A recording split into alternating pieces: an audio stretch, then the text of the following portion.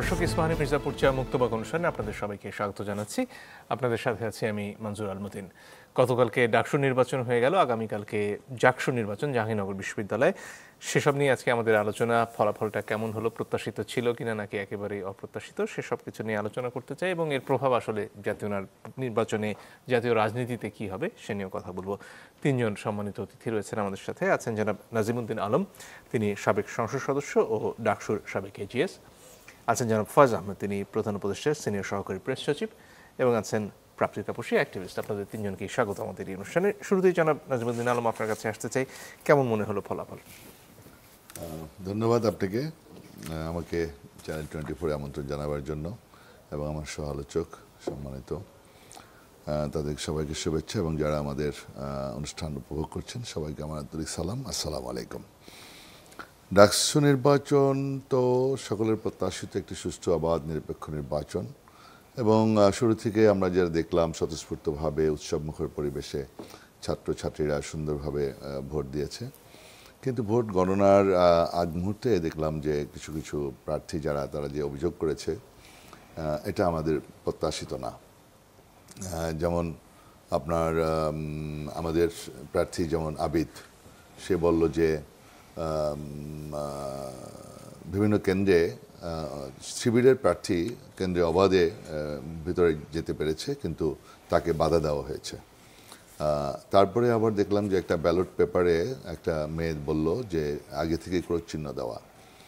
তো এই একটা ব্যাপার। আরেকটা ব্যাপার দেখলাম যে রোকে হলের আপনার অ্যাসিস্ট্যান্ট প্রক্টর, সম্ভবত সাম লেডি টিচার, তার মানে কিছু ব্যাপারে অবজেকশন দেওয়া হলো, এবং অবজেকশন দেওয়ার পরে এটা অভিযুক্ত হওয়ার পরে বোধহয় তার বিরুদ্ধে ব্যবস্থাও নেওয়া হয়েছে বা প্রত্যাহার করেছে, এরকম কিছু পোলিং অফিসার। আরেকজন পোলিং অফিসার আজকে ইউটিউবে দেখলাম যে লেডি টিচার, উনি বললেন যে এটা আবার নতুন তথ্য যে ব্যালট পেপার এবং ভোট সংখ্যা এটার সাথে কোনো মিল নাই। আমি এটা ভিসি স্যারকে জানিয়েছি, এবং ভিসি স্যার উনি বললেন যে তুমি এটা চুপ থাকো, মিডিয়াতে বলো না।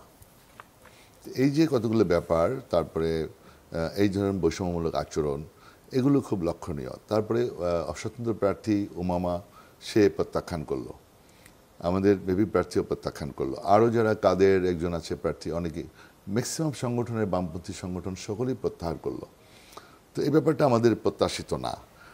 এটা খুব যত সংখ্যক ভোটার এসেছেন এই নির্বাচনে অংশ নিতে, সারাদিন ধরে ভোট দিয়েছেন, তারপরে কি এটা মনে হয়নি যে এই ইসলামী ছাত্র শিবিরের যারা নির্বাচিত হলেন তারা আসলে ঢাকা বিশ্ববিদ্যালয়ের শিক্ষার্থীদের রায় নির্বাচিত হয়েছে? শিক্ষার্থীদের রায়, এটা নিয়ে আমার একটু কনফিউশন। এটা এখানে যে ছাত্রদলের সাথে যে ব্যবধানটা, এত বেশি ব্যবধান, এটা এখন এই যে বিষয়গুলো হচ্ছে, মানে ভিতরে যে গণনার ব্যাপারে কোনো ম্যানিপুলেট হয়েছে কিনা, এটা নিয়ে আমাদের কিছু, মানে যতটুকু ব্যবধান, তাতে যতই কারচুপি হোক, দিনের শেষে আসলে ছাত্র শিবিরের যে প্রার্থীরা এখানে ছিলেন, সাদিক কায়েম সহ, তার বাইরে অন্য কারো কি নির্বাচিত হওয়ার সুযোগ ছিল বলে মনে হয়েছে?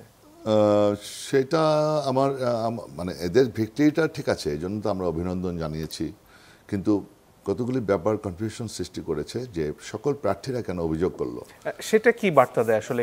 ছাত্র শিবিরের এই সাফল্যের পেছনে কি কাজ করেছে বলে মনে হয়? ছাত্র শিবিরের সাফল্যের পেছনে জানেন, ছাত্রলীগ পতিত সংগঠন, যে ছাত্রলীগের যে ভোটগুলো তো আছে, তারা যদিও নিষিদ্ধ, তো ছাত্রলীগের ভোটগুলো ন্যাচারালি আপনার শিবিরকে দিয়েছে। কেন ন্যাচারালি? তো এটা দিয়েছে এই জন্য যে যেহেতু ছাত্রদল বা বিএনপি সামনে হয়তো আপনার জাতীয় নির্বাচনে বিরাট একটা সাফল্য হয়তো নিয়ে আসতে পারে আল্লাহর ইচ্ছায়, সেক্ষেত্রে বিএনপিকে ঠেকাবার জন্য নানাবিধ ষড়যন্ত্র চক্রান্ত চলছে। তো আপনার আওয়ামী লীগ নিষিদ্ধ করা হয়েছে, আওয়ামী লীগের এখন কাজই হলো যে বিএনপিকে ডিস্টার্ব করা, কীভাবে ঠেকানো যায়, আরেকটা হলো যে ইলেকশন কীভাবে বানচাল করা যায়, আর কীভাবে জামাত, বিএনপি এবং এনসিপি ফেসিবাদ বিরোধী শক্তি, এই শক্তিকে কিভাবে বিভক্ত করা যায়, যুদ্ধে বাজানো যায়। এখানে কি কনফ্লিক্ট সৃষ্টি করা যায়? তরফ থেকে ইতিবাচক কোনো কর্মকাণ্ড নেই যেটা তাদের এই ভোট পেতে সাহায্য করেছে? কাদের? ছাত্র শিবিরের।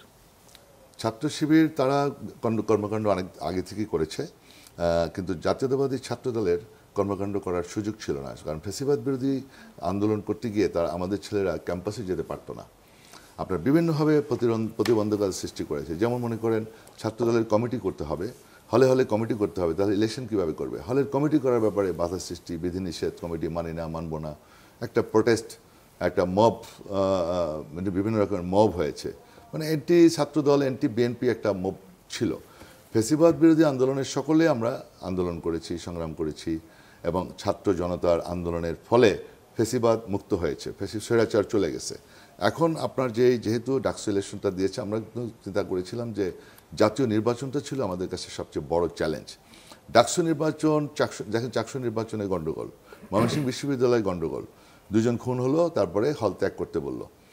এই যে এটা করে ফ্যাসিবাদ বিরোধীর ভিতরে এদের সাথে যে একটা কনফ্লিক্ট, একটা কটাক্ষ করে আক্রমণাত্মক বক্তব্য, অশ্লীল স্লোগান, এই যে আমাদের একটা ভিন্ন আপনার একটা কনফ্লিক্ট সৃষ্টি করা, এটা কিন্তু আমাদের জনগণ এটা এক্সপেক্ট করে না। আমরা ভেবেছিলাম যে ডাকসু নির্বাচনের মাধ্যমে দূরত্ব সৃষ্টি হবে, এই জন্য আমরা কিন্তু তারপরে যখন ডাকসু নির্বাচন দিল, কিন্তু নির্বাচনে এখানে ছাত্র দলের গত 1 বছরের তো সুযোগ ছিল কাজ করার, সেখানে কি ছাত্র দল যথেষ্টভাবে ছাত্রছাত্রীদের কাছে পৌঁছাতে পেরেছে বলে মনে করেন আপনি? সেক্ষেত্রে যেহেতু সময় কম ছিল, যেহেতু তারা তো আগে থেকেই ছিল, তারা কিন্তু গুপ্তভাবে কাজ করেছে ছাত্র শিবির, কিন্তু এই কাজটা দিকে একটু আমাদের পিছায় ছিল, যেহেতু আগে সহাবস্থান ছিল না। ছাত্রলীগের একচেটি আমাদের ছেলেরা ক্যাম্পাসে যেতে পারতো না, মধুর ক্যান্টিনে যেতে পারতো না। ডাকসু নির্বাচনের আগে কিন্তু একটা হেলদি অ্যাটমসফিয়ার, সহাবস্থান, এগুলো নিশ্চিত করার পরে, যেমন আমাদের সময় 90 সালে আমরা যে নির্বাচন করেছিলাম, পরিবেশ পরিষদ সকল ছাত্র সংগঠন ভিসি সারে আমাদেরকে ডেকে নিয়ে বসে, তারপরে আমরা যখন সম্মতি দিতাম, হ্যাঁ, তখন সে নির্বাচনে একটা পরিবেশ তৈরি হতো, তারপরে নির্বাচনটা করত। কিন্তু এখানে কিন্তু আপনি দেখেন ঢাকা বিশ্ববিদ্যালয়ের ভাইস চ্যান্সেলরের ব্যাপারে অনেক প্রশ্ন রয়েছে, প্রক্টরদের সম্পর্কে একটা প্রশ্ন রয়েছে, বিভিন্ন রকমের প্রশাসনিক এখানে কিছু ম্যানিপুলেট হয়েছে কিনা, এই জিনিসটা কিন্তু এখন আস্তে আস্তে স্পষ্ট হয়ে আসছে। কারণ ছাত্র শিবিরের এত বিশাল ব্যবধান, এটা একটু আমাদের কাছে এখন এই বিষয়গুলো নিয়ে আমাদের একটু কনফিউশন আছে। প্রাপ্তি তাপসী, আপনার কাছে পর্যায়ে আসতে চাই, আপনি এই ফলাফলকে কিভাবে দেখছেন, এবং এতে করে যারা পরাজিত হলেন, এখানে অনেক পরিচিত মুখ রয়েছেন, উমামা থেকে শুরু করে মেঘমালার পর্যন্ত, বিএনপির ছাত্র দলের প্রার্থীরা তো রয়েছেনই, এখানে তাদের কি নতুন করে ভাবার প্রয়োজন আছে যে আসলে কেন তারা নির্বাচনে হারলেন? প্রথম কথা হচ্ছে, আমার কাছে এটি মনে হয় যে ফলাফলটি এসেছে, অনেক জায়গা থেকেই অনেকে ইলেকশনটি রিগড হওয়ার কথা বলেছেন, যে কারচুপি হয়েছে কিংবা ষড়যন্ত্র হয়েছে। কিন্তু কারচুপি বা ষড়যন্ত্র হওয়ার পরেও যেখানে আপনি যদি ভোটের ব্যবধানটি দেখেন, যে ভিপি যিনি হয়েছেন সাদিক কায়েম ভার্সেস যিনি সেকেন্ড অবস্থানে আছেন আবিদ, তাদের দুজনের ভোটের ব্যবধান কিন্তু অনেক। সুতরাং কারচুপি হওয়ার পরেও এটা আমাদের মেনে নিতে হবে যে ঢাকা বিশ্ববিদ্যালয়ের শিক্ষার্থীরা আসলে শিবির সমর্থিত প্যানেলকে বেছে নিয়েছে। কারণ আমরা যদি এটি আগে একসেপ্ট না করি, তাহলে আমরা আসলে এটার কারণ অনুসন্ধান এবং এর পরবর্তীতে কি করণীয় সেটি বের করতে পারবো না। সেই জায়গা থেকে আমার কাছে প্রথমত মনে হয় যে ছাত্র শিবির সবসময় একটা সুবিধাজনক অবস্থানে ছিল। এটির কারণ হচ্ছে যে সাদিক কায়েমকে আপনারা দেখেছেন যে তিনি পূর্বে ছাত্রলীগের রাজনীতির সাথে যুক্ত ছিলেন। আপনি দেখেছেন যে ছাত্র শিবিরের যিনি জিএস সমর্থিত যিনি প্রার্থী ছিলেন SM ফরহাদ, তিনি তার অনুষদে ছাত্রলীগের কমিটিতে পোস্টপ্রাপ্ত ছিলেন। অর্থাৎ আমরা দেখেছি যে বিভিন্ন সময়ে ছাত্রলীগের মধ্যে তারা অনুপ্রবেশ করেছিলেন, এবং তারাও কিন্তু ব্যাখ্যা দিয়েছেন যে যেহেতু ফ্যাসিবাদ বিরোধী আন্দোলনে তাদেরকে হত্যাযোগ্য করে তোলা হতো, এই কারণে তারা বাধ্য হয়ে ছাত্রলীগের রাজনীতিটি করেছেন। কিন্তু প্রশ্নটি হচ্ছে যে 5ই আগস্টের পরে আপনি দেখবেন যে যখনই সাদিক ফরহাদরা সামনে আসা শুরু করলেন, তাদের রাজনৈতিক গ্রাউন্ডটা কিন্তু একদিনে তৈরি হয়নি। আমরা দেখেছি যে সাদিক কায়েমকে সোশ্যাল মিডিয়ায় একদম রীতিমতো আনসাং হিরো বানিয়ে দেওয়া হয়েছিল, যে জুলাই আন্দোলনের একমাত্র অগ্রনায়ক হচ্ছেন তিনি, এবং তার মধ্য দিয়ে, তার প্ল্যানের মধ্য দিয়ে হচ্ছে জুলাই গণঅভ্যুত্থান সংঘটিত হয়েছে। তো এই যে আপনি দেখবেন যে সোশ্যাল মিডিয়ায় দীর্ঘদিন ধরে একজন মানুষকে কাল্ট আকারে স্থাপন করা, তাকে হিরো বানানো, এবং তার পরবর্তীতে আমরা দেখি যে হলগুলোর ক্ষেত্রে ঢাকা বিশ্ববিদ্যালয়ের পার্টিকুলারলি ছাত্র শিবির কিন্তু অনেক ধরনের ওয়েলফেয়ার পলিটিক্স করেছে। ধরেন ফিল্টার দেওয়া থেকে শুরু করে বিভিন্ন ধরনের দাতব্য কাজকর্ম তারা করতে পেরেছে, কেননা তাদের কাছে ওই টাকার সংকুলানটি ছিল, যেটি হয়তো অনেক স্বতন্ত্র প্রার্থী যারা ডোনেশন নিয়ে কিংবা হচ্ছে নিজেদের পকেটের টাকা খরচ করে ইলেকশন করেছেন, সেই স্বতন্ত্র প্রার্থীদের কিন্তু ওই সামর্থ্য ছিল না যে তারা বিশাল বিশাল পানির ফিল্টার দিবেন কিংবা হচ্ছে তারা ফ্রি ল্যাপটপ দিবেন। কিন্তু এটা কি আপনার মনে হয় যে পানির ফিল্টার পেয়ে ঢাকা বিশ্ববিদ্যালয়ের শিক্ষার্থীরা ভোট দিয়েছেন? না, আমার একদমই মনে হয় না যে পানির ফিল্টারটি এখানে বিশেষ কোনো ভূমিকা রেখেছে। কিন্তু আমি বলছিলাম যে এই যে রাজনীতিটি, সেটি একদিনে তৈরি হয়নি। হুট করে মানুষজন সাদিক কায়েম কিংবা SM ফরহাদকে বিশ্বাস করা শুরু করেনি। আমরা দেখেছি যে রোকেয়া হলে কিংবা নারী হলগুলোয় কিন্তু ছাত্র শিবির উল্লেখযোগ্য হারে এগিয়ে আছে।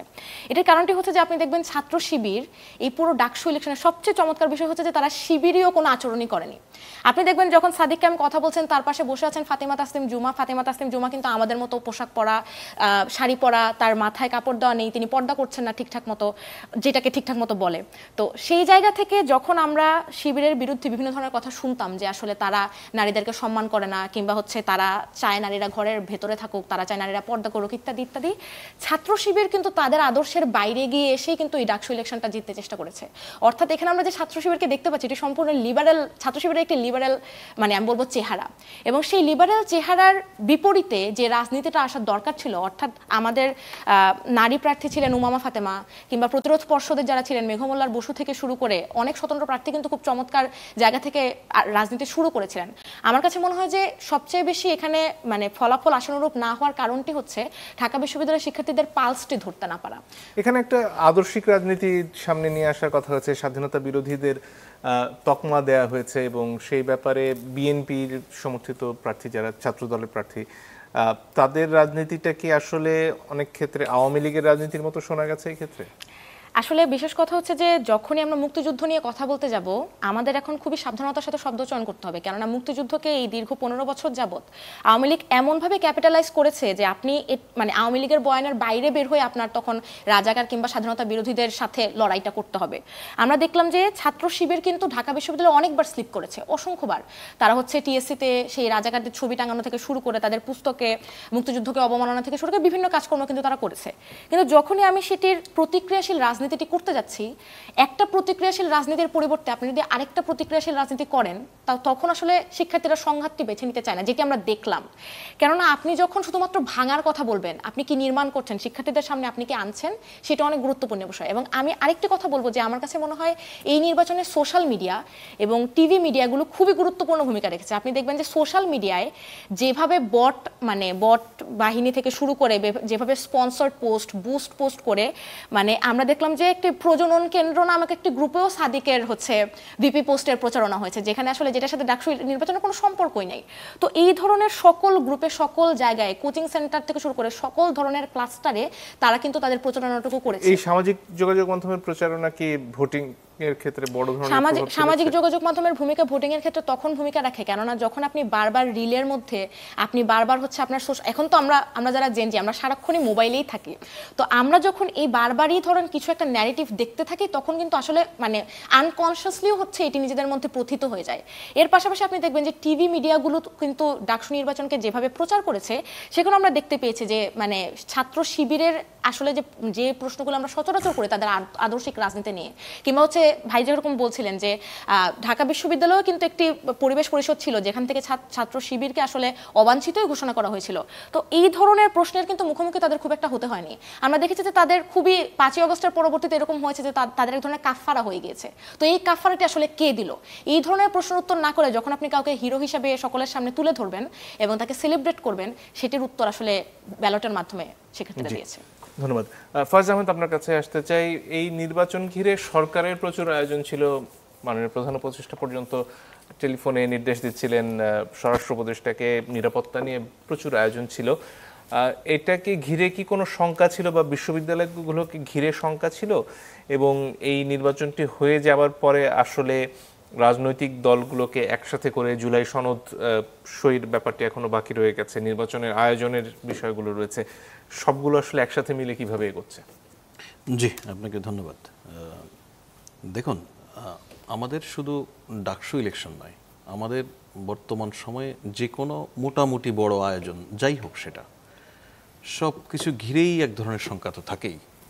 কারণ পুরো বাংলাদেশের, আমি যদি বলবো যে বাংলাদেশ বিরোধী যে শক্তি, এই অভ্যুত্থান বিরোধী যে শক্তি, সেই শক্তি তো নানাভাবে সক্রিয়।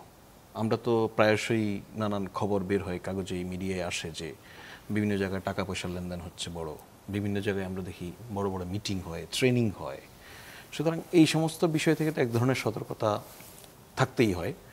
আরেকটা বিষয় হচ্ছে আপনার 5 আগস্ট পরবর্তী সময় যদি বলেন আপনি যে এটাই বাংলাদেশের প্রথম কোনো নির্বাচন হয়েছে, আসলে সেই বিবেচনায় সরকারের দিক থেকে সরকার শুরু থেকেই ঢাকা বিশ্ববিদ্যালয় প্রশাসনকে বলে আসছে বিশ্ববিদ্যালয় প্রশাসনের যে কোনো সহযোগিতা যদি প্রয়োজন হয় সরকার করতে প্রস্তুত। তো সেই বিবেচনায় সরকার তার পর্যাপ্ত সহযোগিতা যেভাবে বিশ্ববিদ্যালয় প্রশাসন চেয়েছে সেভাবেই দিয়েছে। এটা নিয়ে সরকারের প্রস্তুতি ভালো আর মন্দ নয়, প্রয়োজনীয় প্রস্তুতি যেটা দরকার ছিল সেটা রেখেছে। তার ভিত্তিতেই এই নির্বাচনটিতে অনুষ্ঠিত হয়েছে। কিন্তু এটা ইন্টারেস্টিং বিষয় হচ্ছে, আপনি ঢাকা বিশ্ববিদ্যালয়ের যে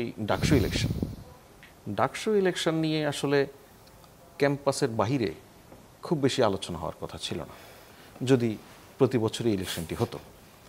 তো এটা গেল শুধু ডাকসুর কথা যদি বলি। আমি ধারণা করি যদি এই নির্বাচন নিয়মিত আবার হয়, আগামী বছর মানুষ হয়তো এই বছর যত উদ্দীপনা নিয়ে গ্রাম থেকেও মানুষ ফোন করে খবর নিচ্ছে যে ডাকসুর কি অবস্থা, স্থানীয় রাজনীতি নেতারা পর্যন্ত ফোন দিয়ে ভোট পেয়েছে। সুতরাং ডাকসুর গণ্ডি ঢাকা বিশ্ববিদ্যালয়তেই, সেটা যদি নিয়মিত নির্বাচন হয়। ক্লাস ক্যাপ্টেন তো ক্লাস ক্যাপ্টেন, আমরা কিন্তু খবর নেই না যে কোন ক্লাসে কে ক্যাপ্টেন হচ্ছে, তাই না? সুতরাং ডাকসুই। কিন্তু জাতীয় নির্বাচনে বা জাতীয় রাজনীতিতে এর প্রভাবের অন্যতম কারণ হচ্ছে গত প্রায় 15 বছর 20 বছর এই দেশের মানুষ প্রকৃতার্থে নির্বাচন কি, ভোট কি, ভোটের যে উৎসব, এই টোটাল প্রক্রিয়াটা থেকে বিচ্ছিন্ন হয়ে পড়েছিল। আপনি যদি খেয়াল করেন 2018 সালে যেই নির্বাচন অনুষ্ঠিত হয়েছে, ওই নির্বাচনে বিএনপি অংশ নিয়েছিল, মোটামুটি সবগুলি রাজনৈতিক দল অংশ নিয়েছিল। মোহাম্মদপুর এলাকায় ইভিএম ইলেকশন হয়েছে, সেখানে একজন তরুণ ভোট দিতে গিয়েছেন, তাকে ভোট দিতে দেওয়া হয়নি। সে বের হয়ে এসে বলছে, যে মিডিয়া দেখাচ্ছে যে আমি ছাত্রলীগ করি, আমি তো ভোট নৌকাকেই দিব, কিন্তু আমার ভোটও তারা দিতে দিল না। বুঝতে পারছেন? সো আমি তো বোধ করি এই যে ছাত্রলীগের ছেলেটি অন্তত এই অভিমানে, এই ক্ষোভে সে আর জীবনে নৌকায় ভোট দিবে না হয়তো। এখন ডাকসু ইলেকশন আমাদের কাছে একটা বড় উপলক্ষ হয়ে দাঁড়িয়েছে আসলে ভোটার উপস্থিতি কেমন হয়। আমরা একটা বয়ান শুনছি না, যে এই টকশোর টেবিলে এসে মানুষ বলছে, নানানভাবে একটা সম্মতি উৎপাদনের চেষ্টা হচ্ছে যে আগামী নির্বাচন যদি আওয়ামী লীগ ছাড়া হয়, সেখানে আওয়ামী লীগের মানুষগুলি করবে কি। প্রথম কথা হচ্ছে, আওয়ামী লীগের মানুষ তো আগামী নির্বাচনে যে অপেক্ষা করছে, আমি মনে করি এটা প্রতিশোধ নিবে, যে আমরা আওয়ামী লীগ করার পর তোমরা আমাদেরকে আমাদের চয়েস মতো আমাদের প্রতিনিধি বেছে নেওয়ার সুযোগ দেওয়ানি, আমরা আওয়ামী লীগ করার পর তোমরা আমাদেরকে ফেলে রেখে পালিয়েছ। সো তারাও সেই সুযোগ নেবে নিশ্চয়ই। আরেকটা হচ্ছে, আপনি যদি খুব আপনি একদম কট্টর পজিশন নিয়ে নেন, আওয়ামী লীগের পার্সেন্টেজ একটা বলে নানানভাবে, এটার ভিত্তি আসলে ভাবে নেই, তো সেটা যদি হয় কি হবে? তাহলে আপনি যদি গত 3-4টা ইলেকশনে বিএনপি সহ অপরাপর সকল রাজনৈতিক দল যারা নির্বাচনে অংশ নিতে পারেনি, তাদের ভোটাররা কি করেছে, এই প্রশ্ন কেন আসেনি কখনো?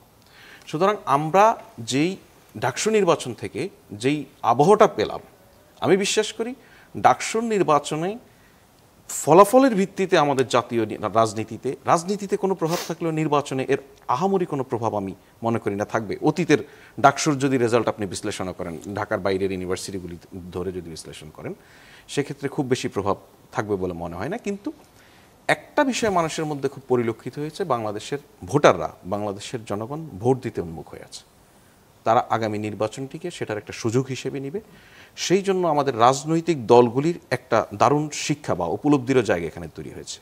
খেয়াল করুন যে এই নির্বাচনে যারা প্রতিদ্বন্দ্বী করেছেন, এই প্রার্থীরাই এখন যাই বলুক না কেন, যেভাবেই বলুক না কেন, এই প্রার্থীরাই কিন্তু বলছিলেন যে আমরা যারা নির্বাচন করছি, আমাদের প্রত্যেকেরই ডাকসুর ভিপি হওয়ার যোগ্যতা রয়েছে, আমাদের প্রত্যেকেরই ডাকসুর জিএস হওয়ার যোগ্যতা রয়েছে, আমরা প্রত্যেকেই সেরা। ঢাকা বিশ্ববিদ্যালয়ের শিক্ষার্থীরা এবার সুযোগ পেয়েছে সেরাদের মধ্য থেকে একজনকে বেছে নেওয়ার, বা সেরাদের সেরা বেছে নেওয়ার।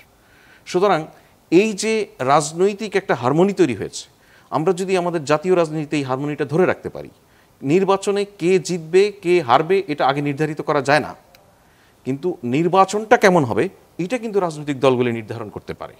সেক্ষেত্রে ঢাকা বিশ্ববিদ্যালয় প্রশাসনকে, আমাদের এখানকার প্রত্যেকটি ক্রিয়াশীল রাজনৈতিক দল যারা এইভাবে, এই ছাত্র সংগঠন যারা এই নির্বাচনে অংশ নিয়েছে, তারা সহযোগিতা করেছে, তারা একে অপর ক্যান্ডিডেটকে সহযোগিতা করেছে। আপনি খেয়াল করুন, আপনি মুখে মুখে ফেসবুকে অনেক কথা হয়েছে, আপনি ঢাকা বিশ্ববিদ্যালয়ে এত বড় একটা ঘটনা ঘটলো, বাংলাদেশে এতদিন পর একটা নির্বাচন হলো, এত প্রতিদ্বন্দ্বিতাপূর্ণ একটা নির্বাচন হলো, একটিও কি সহিংস ঘটনা আছে? নেই। এটা আমাদেরকে শিক্ষা দেয়, আমরা যদি সহিংস না হই, তাহলে ভোটারদের কাছে আমাদের যে প্রতিশ্রুতির জায়গা, পলিটিশিয়ানদের, যে আমরা তাদেরকে কেন্দ্রে আনতে সক্ষম হব। অনেক ধন্যবাদ। একটা বিরতির সময় হয়ে গেছে, দর্শক একটু পরে ফিরে আসছে, আশা করি সাথে থাকবেন।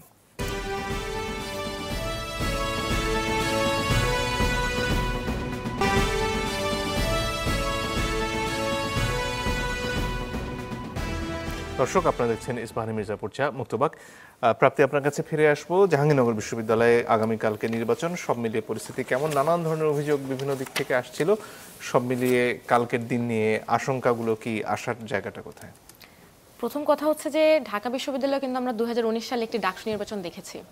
জাহাঙ্গীরনগরে জাকসু হচ্ছে 33 বছর পরে, আমার বয়সও 33 বছর না। তো এই যে আমরা একটা জাকসু নির্বাচন দেখতে পাচ্ছি, এবং আমরা মনে করি যে গণঅভ্যুত্থানের পরে এটি আমাদের সকলের একটি বিজয় যে আমাদের নির্বাচনটি শেষ পর্যন্ত হতে যাচ্ছে। কিন্তু দুঃখের কথা হচ্ছে যে নির্বাচন কেন্দ্রিক যে প্রশাসন এবং নির্বাচন কমিশন, এখনো পর্যন্ত সেই নির্বাচন কমিশন চরম পক্ষপাত, দুষ্টতা এবং ভয়াবহভাবে ষড়যন্ত্রমূলক আচরণ করছে জাহাঙ্গীরনগর বিশ্ববিদ্যালয়ে। আমি যখন আপনার সাথে টক শোতে বসে কথা বলছি, এর মধ্যে আমি খবর পেয়েছি যে ইতিমধ্যে ক্যাম্পাসের ভেতরে ব্যালট বাক্স নিয়ে যাওয়া, ব্যালট বাক্স হাতাহাতি থেকে শুরু করে ব্যালট পেপার নিয়ে যাওয়া, এ ধরনের ঘটনা ঘটার অভিযোগ এসেছে সাংবাদিকদের কাছ থেকে।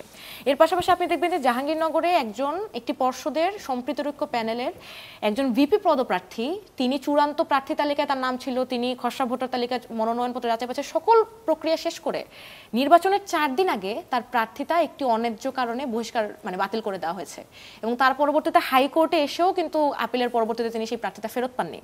সেই জায়গা থেকে আমরা দেখি যে বিভিন্ন ধরনের মিথ্যাচার কিন্তু আমাদের নির্বাচন কমিশনার, আমাদের সদস্য সচিব, আমাদের প্রক্টর স্যার, তারা কিন্তু করেই যাচ্ছেন। একবার তারা বলছেন ব্যালট পেপার ছাপানো হয়ে গিয়েছে, একবার তারা বলছেন ব্যালট পেপার ছাপানো হয়নি। এবং সবচেয়ে মজার বিষয় হচ্ছে গতকালকে জাহাঙ্গীরনগরে ডোপ টেস্ট করা হয়েছে। সকল প্রার্থীদের জন্য ছিল ডোপ টেস্ট করা বাধ্যতামূলক। আমরা খবর পেয়েছি যে সকল প্রার্থীরা ডোপ টেস্ট করেননি, এবং এই যে ডোপ টেস্টের ফলাফল সেটিও এখন পর্যন্ত আসেনি। আগামীকালকে আমার সকালবেলা আমার নির্বাচন, তাহলে এই ডোপ টেস্টের মূলা কাকে খাওয়ানো হলো সেটি আমাদের কাছে বোধগম্য নয়। নির্বাচনী আচরণবিধি কিছুই মানা হয়নি। আমরা দেখেছি যে হলে হলে শিক্ষার্থীদের বিরিয়ানি খাওয়ানো হচ্ছে, মাদকের আসর বসেছে, মদের আড্ডা বসেছে, গাঁজার আড্ডা বসেছে।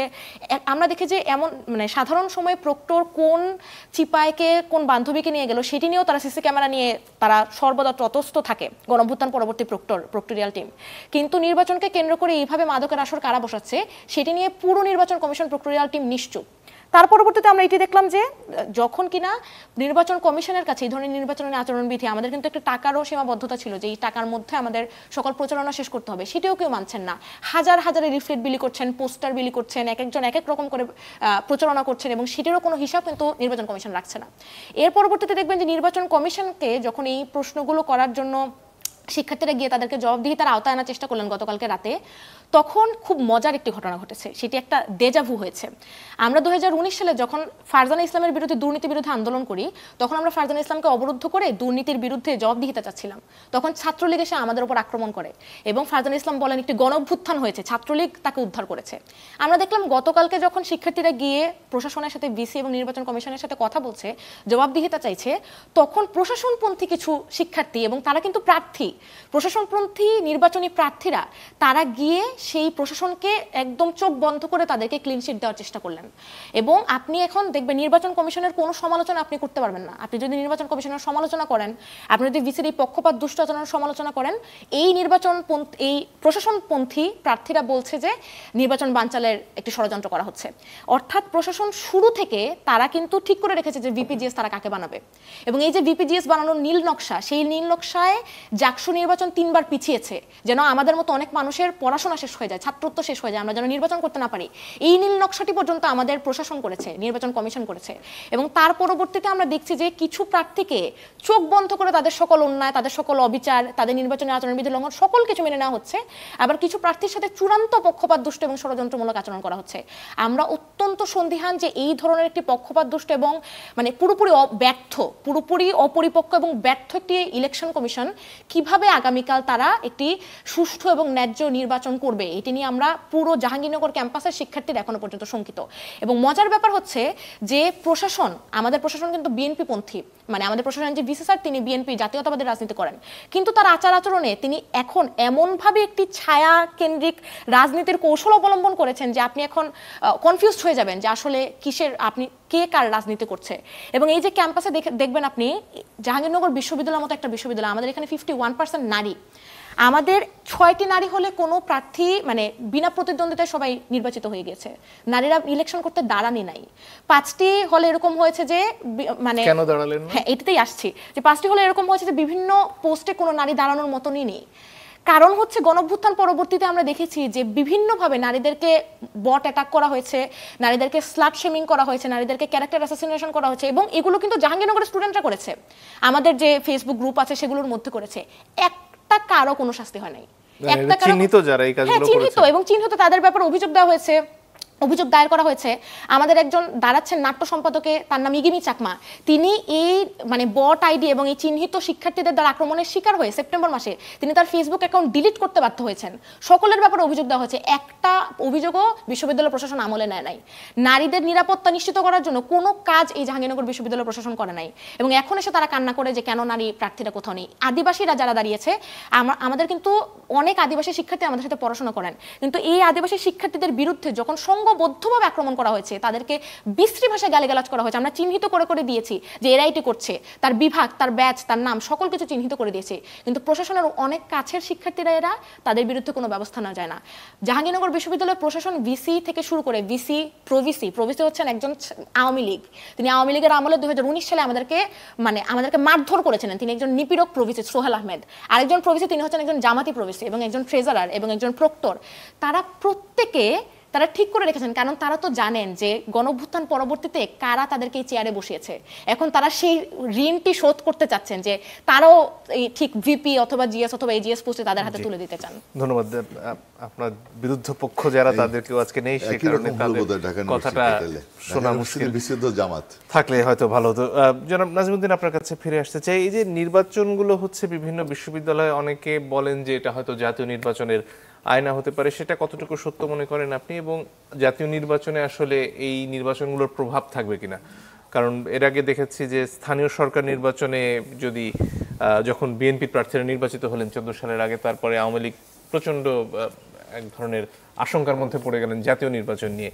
এই বিশ্ববিদ্যালয় নির্বাচনগুলো কি বিএনপির জন্য কোনো দুশ্চিন্তার কারণ হচ্ছে কিনা? এটা আমি মনে করি না, আই ডোন্ট থিঙ্ক সো। কারণ ডাকসু নির্বাচন, এখানে মেধাবী ছাত্রছাত্রীরা ঢাকা বিশ্ববিদ্যালয়ের তাদের এই কমিউনিটির, এবং বিশেষ করে ফ্যাসিবাদ বিরোধী আন্দোলন করার পরে 5ই আগস্টের পরে কিন্তু ফ্লেভারটা ভিন্ন। আগে একরকম ছিল, আপনার কোনো রাজনৈতিক চর্চাই ছিল না, ক্যাম্পাসে কেউ চর্চাই করতে পারে নাই, সাংগঠনিক রাজনৈতিক বা আমাদের কেউ ছেলেপেলেরা মিছিলে যেতে পারে নাই, মধু ক্যান্টিনে যেতে পারে নাই, হলে অবস্থান ছিল না। তো এখন কিন্তু এই ফ্যাসিবাদ মুক্ত পরিবেশে কিন্তু আমাদের ইয়াং জেনারেশন, বিশেষ করে ছাত্রছাত্রীদের যে তারা একটা বিজয় ছিনিয়ে এনেছে, এরকম যেমন মনে করেন স্বৈরাচার মুক্ত করেছে, বিশেষ করে ঢাকা বিশ্ববিদ্যালয়ের ছাত্ররাই অগ্রণী ভূমিকা রেখেছে। অতীতেও সকল আন্দোলনে ঢাকা বিশ্ববিদ্যালয়ের ছাত্ররাই আপনার ঐতিহাসিক দায়িত্ব পালন করেছে।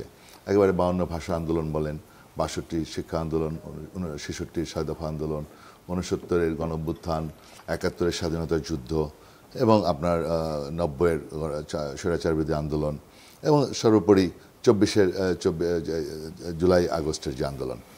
তো সেখানে ঢাকা ইউনিভার্সিটির ছাত্ররা তাদের কমিউনিটি, তাদের ইন্টারেস্ট, তাদের এলাকার ইউনিভার্সিটির নিরাপত্তা নিশ্চিত করা, এগুলির ব্যাপারে ছাত্ররা সাধারণত কাজ করে। আবাসন সমস্যা, পরিবহন সমস্যা, ক্যান্টিনের খাবারের মান বৃদ্ধি করা। যেমন আমরা যখন নির্বাচিত হয়েছিলাম, আমরা এগুলি আমাদের মাননীয় প্রধানমন্ত্রী তখন ছিলেন ফরচুনেটলি বেগম খালেদা জিয়া, তার কাছ থেকে যে পরিবহন সমস্যার কথা বলছি, সাথে সাথে গাড়ি দিয়ে দিচ্ছে আমাদেরকে। আমরা বলেছি আমাদের খাবারের মান খুবই খারাপ, ডালের ঘনত্ব নাই, মাছের পুরুত্ব নাই, তারপরে সাথে সাথে 1 কোটি টাকা দিয়ে দিচ্ছে, আমরা ফিক্সড ডিপোজিট করেছি। আমরা বলেছি যে আমাদের আবাসন সমস্যার সাথে সাথে আপনার কুয়েত মৈত্রী হল মেয়েদের জন্য, আর জিয়া হল, মুজিব হল আমরা নির্মাণ করেছিলাম। আমরা বলেছিলাম ইউনিভার্সিটিতে আমরা করিডোরে আমরা মিছিল করব না যদি আমরা নির্বাচিত হই। ক্লাস করতে যখন আমরা বসতাম তখন 2 ঘন্টা যাবৎ আপনার ক্লাস টিচার লেকচার দিতে পারতো না, ক্লাস আমরা ডিস্টার্ব ফিল করতাম, নিজেরা প্রত্যক্ষ করেছি। ফলে আমরা বলেছি যে আমরা এই করিডোরে মিছিল করবো না যদি আমরা নির্বাচিত হই, এবং আমাদেরকে আমরা করি নাই, এবং পরবর্তীতে অন্য ছাত্র সংগঠন, বড়াপর ছাত্র সংগঠন সবাই আমাদেরকে ফলো করেছে। অ্যাট দি সেম টাইম 90 সালে আমরা ডাকসুতে নির্বাচিত হওয়ার পরে মনিরুজ্জামান স্যার আমাদের ভিসি ছিলেন। আজকে যে মেধার ভিত্তিতে ভর্তি হচ্ছে, এটা আমাদের কন্ট্রিবিউশন। স্যারের সাথে আমাদের আলোচনা হয়েছে এবং উনি বলেছেন তোমরা একটা কাজ করে যাও, আমাকে সাপোর্ট দাও, আমি মেধা ছাড়া কাউকে ভর্তি করব না, কারো কোনো সুপারিশ আমরা শুনবো না। তো আমি বললাম স্যার আপনি যদি স্ট্রিক্ট থাকেন আমরা সহযোগিতা করব। এবং সেখান থেকে কিন্তু বলে যে অন্য ছাত্র সংগঠন যেন তদবির করলে পরে আপনি যেন কাউকে অ্যালাউ না করেন। বলছে না, কাউকে করবো না, ডাকসু থেকে যদি আমরা না করি কাউকে আমি অ্যালাউ করবো না। এবং এই 90 সাল থেকে কিন্তু মেধাবী ছাত্ররা মেধাক্রম ভর্তি হচ্ছে, এই ঢাকা ইউনিভার্সিটি শুরু হয়। আচ্ছা, এখন আপনার এটার প্রভাব বিস্তার করবে না, আমি এই জন্য জাতীয় বলছি রাজনীতিতে প্রভাব জাতীয় রাজনীতিতে প্রভাব বিস্তার করবে না, এই জন্য জাতীয় রাজনীতি কিন্তু ভিন্ন জিনিস।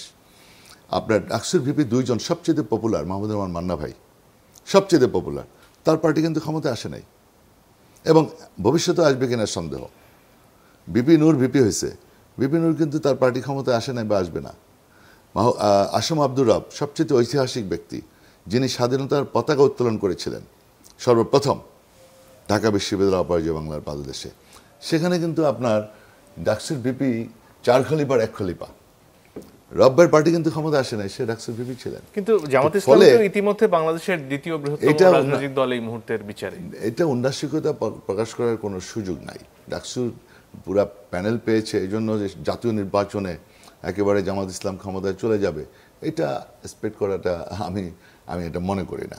কারণ জাতীয় নির্বাচনে এলাকার লোকাল পিপল তারা চিন্তা করে তাদের এলাকায় কে যোগ্য, কে উপযুক্ত, কে সমাজকর্মী, কে মানুষের ঠিকমতো জানমালের নিরাপত্তা নিশ্চিত মানে করবে। নির্বাচনকে কেন্দ্র করে এই যে ফলাফল, এটা তো প্রত্যাশিত ছিল না অনেকের কাছেই।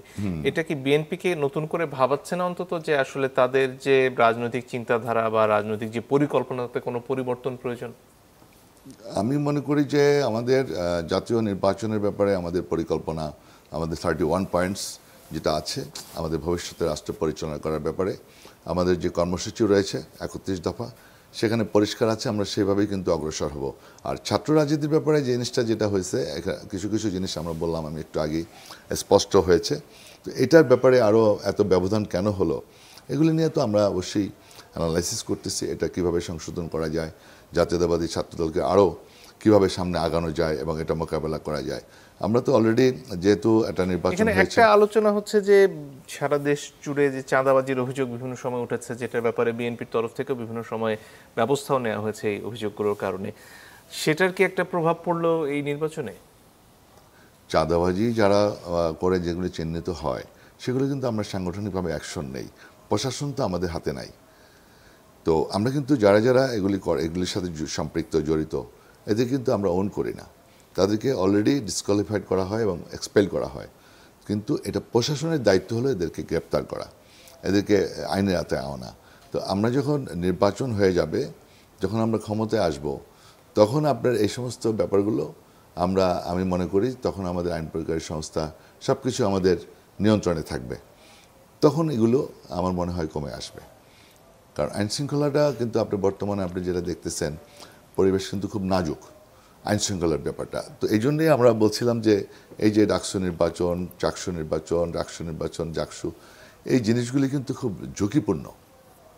যেমন স্থানীয় নির্বাচন ঝুঁকিপূর্ণ ছিল, এটা থেকে সরে আসছে।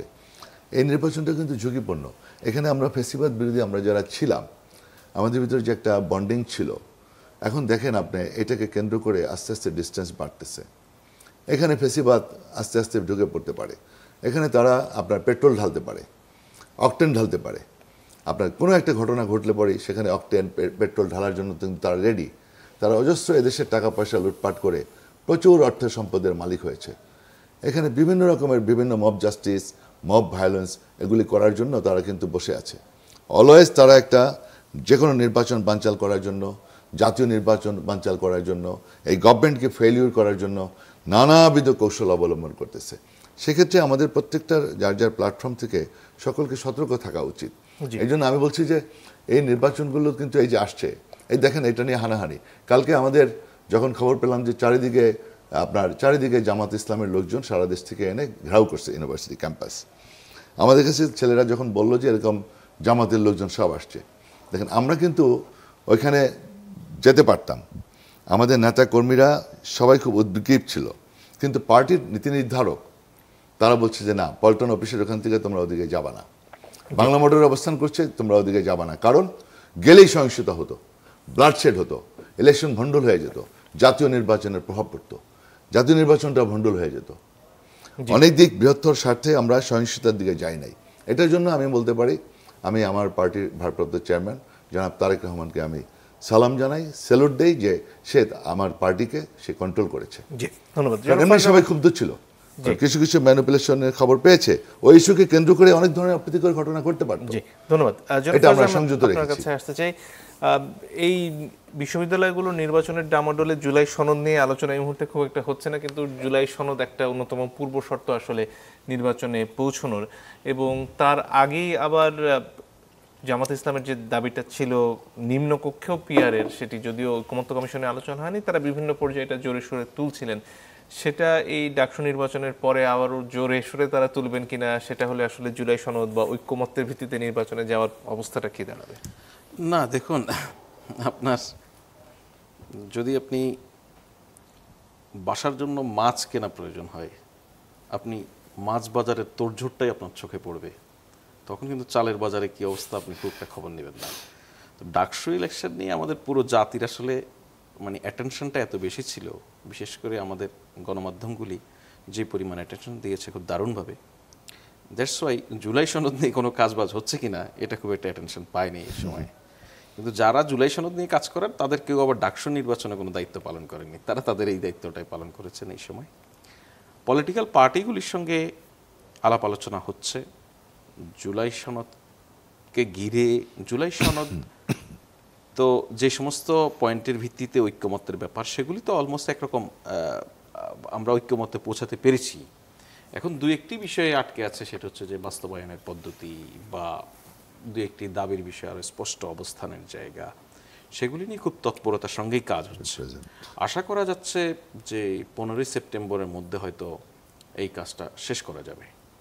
এখন সরকারের দিক থেকে বা জাতীয় ঐক্যমত্য কমিশনের দিক থেকে কি করণীয় আছে? জাতীয় ঐক্যমত্য কমিশন প্রবলভাবে চেষ্টা করে যাচ্ছে এই আলোচনায় যারা অংশ নিয়েছেন, যে প্রায় 32টি রাজনৈতিক দল জোট, তাদের মধ্যে এই জিনিসটা এনশিওর করা যায় আমরা নিজেরাই একটা পথ বের করি।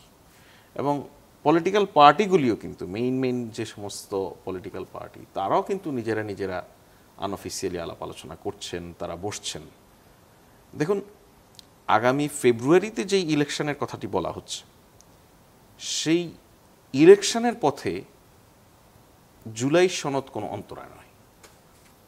জুলাই সনদ হচ্ছে যে গণ অভ্যুত্থানের থেকে যেই আমাদের প্রাপ্তি, সেই প্রাপ্তিকে একটা লিপিবদ্ধ করার জায়গা, জাতির অর্জনের জায়গা। সেই জায়গাটা যদি এই গণ অভ্যুত্থানের পক্ষের এই শক্তিগুলি নিজেদের লাভালাভের কারণে চূড়ান্ত জায়গায় পৌঁছাতে না পারে, এটা অভ্যুত্থানের প্রতি অমর্যাদা হবে, জাতির সঙ্গে এক ধরনের প্রতারণা হবে। আমরা বিশ্বাস করি পলিটিক্যাল পার্টিগুলির মধ্যে এই ধরনের মনোভাব আছে, তারা এটা নিজেরা আলাপ করে এবং ঐক্যমত্য কমিশনের সঙ্গে আলাপ করে খুব শীঘ্রই একটা চূড়ান্ত সলিউশনের জায়গায় আসতে পারবে। আমাদের তো এটাও কম বড় অর্জন নয় যে আমরা অন্তত ফাইনাল স্টেজে নিয়ে এসে এখন নেগোসিয়েশনের অল্প জায়গায় আটকে আছে। আমাদের এরকম অনেকগুলি বিষয় নিয়ে অতীতে মনে হয়েছিল এটা খুব অনিশ্চিত, মনে হচ্ছে এটা হবে কিনা, পলিটিক্যাল পার্টিগুলি সম্মতি দিবে কিনা। আপনি যদি গত রাতে, আজকে ঠিক যে সময় আমরা খুব ঠান্ডা আলাপ করছি, গত রাত এই সময়টা কি উত্তেজনাপূর্ণ ছিল ঢাকার মানুষের কাছে? মনে হচ্ছে না যে, আমি তো বিশ্বাস করি, ধরুন যে পলিটিক্যাল কারণে যেভাবেই বলুক না কেন, জামাত, বিএনপি, এনসিপি, এই পলিটিক্যাল পার্টিগুলি যারা মাত্র 1 বছর আগে ঠিক এক কাতারে দাঁড়িয়ে কাঁধে কাঁধ মিলিয়ে ফেসিবাদকে হটিয়েছে, তারা এত দ্রুত অতি অল্প স্বার্থে নিজেরা সংঘাতে লিপ্ত হবে না। কারণ তারা জানে দেশের মানুষ তাদের দিকে তাকিয়েই রাজনীতিবিদদেরকে মূল্যায়ন করবে। এখন যেই জেনারেশন এই অর্জন এনে দিয়েছে, সেই জেনারেশনের কাছে কিন্তু তাদের পরীক্ষা দেওয়ার অনেকগুলি ধাপ, এগুলি এক একটা ধাপ মাত্র। আপনি সংঘাতে লিপ্ত হবেন, জেনারেশন আপনাকে রেজাল্ট দিয়ে দেবে। কখন কিভাবে দিবে আপনি সময় সময় টের পাবেন। অতএব উপেক্ষা করার, অবজ্ঞা করার কোনো অবকাশ নেই। অভ্যুত্থানের কাছ থেকে আমাদের বড় প্রাপ্তির যে জায়গাগুলি, সেই প্রাপ্তির জায়গাগুলি শুধুমাত্র রাজনৈতিক স্বার্থ বিবেচনা করে ইগনোর যদি করতে যান, তাহলে আপনাকে অন্যভাবে মানুষ ইগনোর করবে, জেনারেশন ইগনোর করবে। একটু ভিন্ন প্রসঙ্গে আসতে চাই, নেপালের যে ছবিগুলো ভেসে আসছে, তার সাথে আন্তর্জাতিক গণমাধ্যমে বাংলাদেশের তুলনা অনেকে টানছেন, এবং নেপালে যে পরিস্থিতি হয়েছে বা নেপালের গত 15 বছর 17 বছরের যে অবস্থা, যে ধরনের অস্থিরতা বিরাজ করেছেন সেই 2008-এর গণঅভ্যুত্থানের পর থেকে, এগুলো বাংলাদেশ সরকারকে ভাবাচ্ছে কিনা এই মুহূর্তে? সামনে বাংলাদেশের স্থিতিশীলতা নিয়ে দুশ্চিন্তার কোনো কারণ আছে কিনা? না, বাংলাদেশ সরকারকে নয়, এখন এটা অন্য সরকারকে ভাবাতে পারে, অন্য দেশের। আমরা তো এই স্টেজের মধ্যে দিয়ে পার হয়ে গেছি, আমরা এখন আফটার রেভুলেশন একটা সিচুয়েশনের মধ্যে আছি, আমরা মেরামতের মধ্যে আছি। সুতরাং এইটা আর এই নেপালের এই ঘটনায় আমি মনে করি আওয়ামী লীগের জন্য এক ধরনের স্বস্তি। আওয়ামী লীগ এতদিন নানানভাবে নিজেদেরকে মনে করতো যে আমরা এই করেছি, আমরা তারপরও পালিয়ে যেতে বাধ্য হয়েছি। এখন তাদের কাছে স্বস্তি হচ্ছে, নেপালের দৃশ্যগুলি যদি আপনি দেখেন, তাদের মিনিস্টারদেরকে মানুষ হাতের কাছে পেয়েছিল, তাদের প্রাইম মিনিস্টারের স্ত্রী পর্যন্ত আগুনে পুড়ে মারা গেছে। সাবেক ফিনান্স মিনিস্টারকে দেখলাম যে মানে যে কিক করেছে, দেয়াল টেয়াল ভেঙে চলে যাওয়ার অবস্থা। সো একই জায়গায় আপনি আমার ফিনান্স মিনিস্টারের অবস্থা দেখেন, সে ওইটা দেখে স্বস্তি পায় যে আমি তো বেঁচে গেলাম।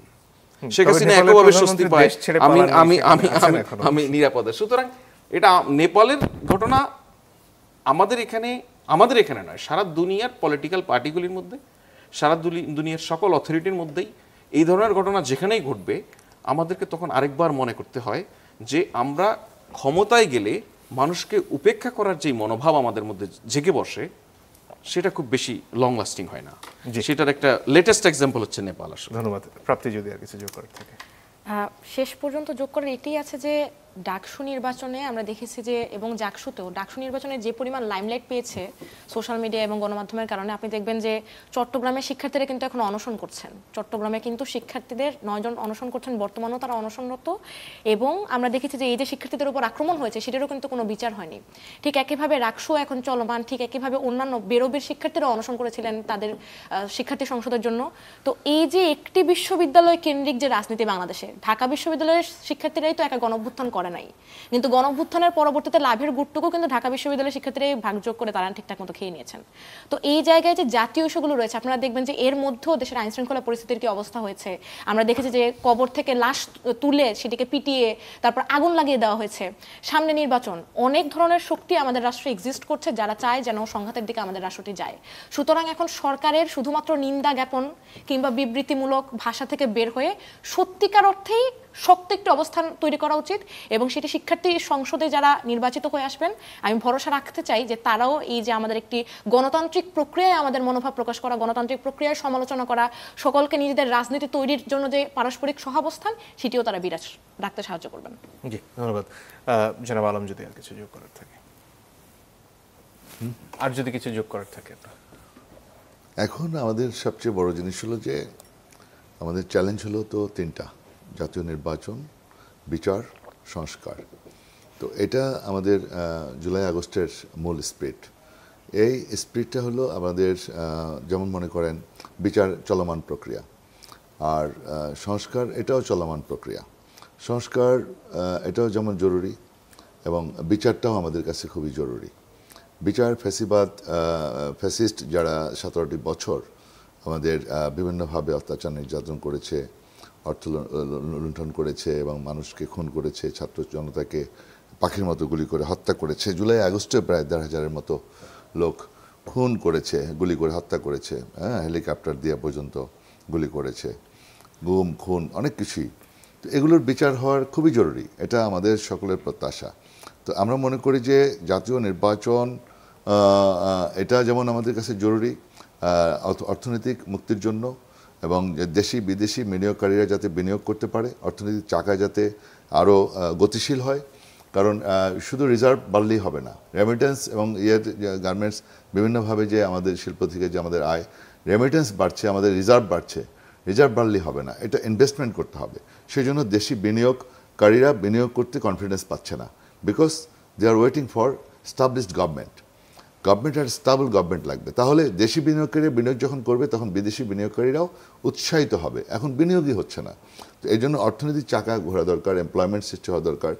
At the same time law and order এটাকে আরও আপনি জানেন যে আপনার পুলিশ এত মোরাল ডাউন হয়ে আছে যে তারা যে এত অপকর্ম করেছে, স্বৈরাচার মানে খনি হাসিনার নির্দেশ মোতাবেক যে এমনভাবে কাজ করেছে, যার ফলে তারা খুব শেকি। তারা কিন্তু তামসা দেখতেছে বিভিন্ন জায়গায়, চুপচাপ বসে থাকে। আপনার এখন পর্যন্ত আমাদের রিক্রুটমেন্ট তো হয় নাই, আপনার ওই পুলিশই তো, আর কিছু হয়তো পালিয়ে গেছে যেগুলো বেশি অতি উৎসাহী। তো ফলে আমাদের এই গভর্নমেন্টের নির্দেশ, আমাদের যেমন স্বরাষ্ট্রমন্ত্রী আউট অ্যান্ড আউট অনেস্ট গাই, খুবই ভালো। আমাদের চিফ অ্যাডভাইজার খুবই একজন মানে আন্তর্জাতিক খ্যাতিসম্পন্ন ব্যক্তিত্ব, উনি দেশের জন্য ভালো চান, স্বরাষ্ট্রমন্ত্রী আইন শৃঙ্খলতা এখনই ভালো চান, কিন্তু তার যে জিনিসটা ফলো করতে হবে, তো ফলো করতে ইমপ্লিমেন্ট করতে হলে তো আপনার গিয়ে বিভিন্ন রকমের আপনার সোলজার লাগবে।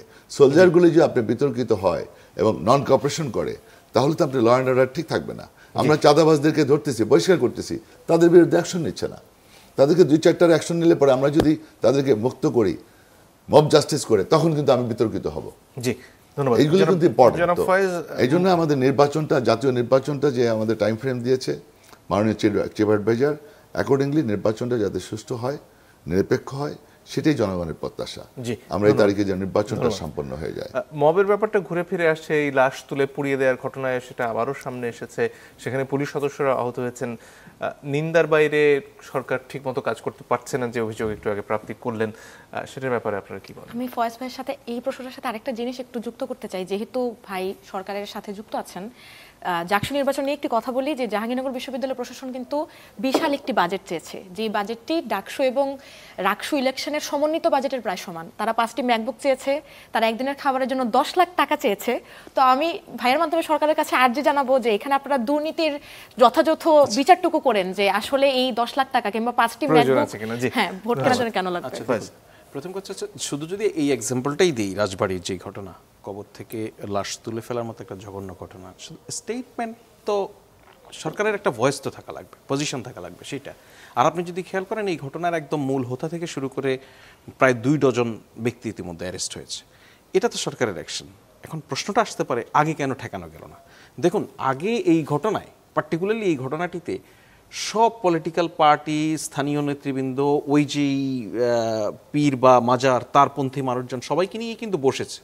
সবাই কমিটমেন্ট দিয়েছে যে শান্তিপূর্ণভাবে তারা একটা প্রতিবাদ করবে। সেই জায়গায় পুরো মানুষ জড়ো হয়ে হঠাৎ করে শাবাল হাতে নিয়ে মানে এই পুলিশের উপরে হামলা করা, পুলিশের গাড়ি ভাঙচুর করা। সুতরাং আমরা কিছু কিছু ক্ষেত্রে দেখেন, এই ঘটনা আপনি যদি এইভাবে বিবেচনা করেন, যে যদি আপনি একটা কমিটমেন্ট দেন, পুলিশ আমরা কিন্তু কি আশা করি, যে পুলিশের কাছ থেকে কিন্তু আমরা আবার আওয়ামী লীগের সময়কার মতো ওই আচরণ আশা করি না। বিশ্বাস করেন, পুলিশ নিজেরাও আর ওই ফিরতে চায় না, তারা তো জানে তাদের কি হয়েছে। সেই পুলিশ যখন আপনাদের সবাইকে নিয়ে একটা মীমাংসার মধ্যে দিয়ে বসলো, আপনারা সবাই প্রতিশ্রুতি দিলেন এবং প্রতারণা করলেন, তো সেই জায়গায় খুব কঠিন হয়ে পড়ে। কিন্তু সরকার পরবর্তীতে এই জায়গায় অন্তত 2 ডজন ব্যক্তিকে গ্রেফতার করেছে, যাদের রাজনৈতিক পরিচয় রয়েছে। সুতরাং আমরা দেখি এই ধরনের ঘটনায় প্রায় সব পলিটিক্যাল পার্টির নেতৃবৃন্দ কেমন জানি এক হয়ে যায়। এক হয়ে ঠেকাতে বললে ভালো, এক হয়ে ধ্বংসের দিকে না গেলেই চলে। অনেক ধন্যবাদ আপনাদের 3জনকেই। দর্শক, আপনাদেরকে ধন্যবাদ। বিদায় নিচ্ছি আজকের মতো।